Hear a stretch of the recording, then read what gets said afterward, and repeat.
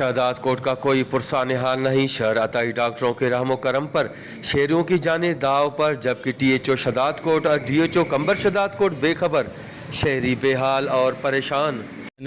जी असांजा जेके नौजवान आहिनि वीचारा बीमार थी अचनि था, जा कुराड़ियूं आहिनि, जा अहिड़े औरतनि खे वञी उते जेको ट्रीटमेंट लाइ अचनि था उनखे इहो शइ जो बि ख़बर न आहे त हिनखे असां कहिड़ो ट्रीटमेंट ॾियणो आहे या कहिड़ो इंजेक्शन हणणो आहे। डॉक्टरनि जे हवाले सां असां DHO खे गुज़ारिश कंदासीं महिरबानी करे पंहिंजे अमलनि ते त माना इहो नज़रसानी कनि।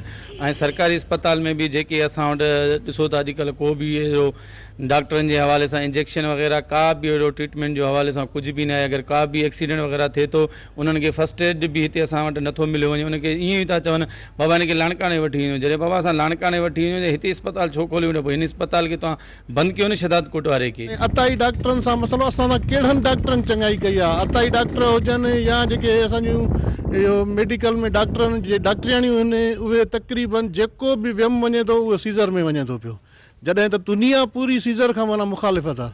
ऐं जेको बि डॉक्टर वञे थो, डॉक्टर वटि जेको बि माण्हू वञे थो उहो पंहिंजी मिल्कियतूं खपाए थो, उतां लाशाई खणी अचे थो, ॿियो को उनखे माना रिलीफ कोन थो मिले पियो।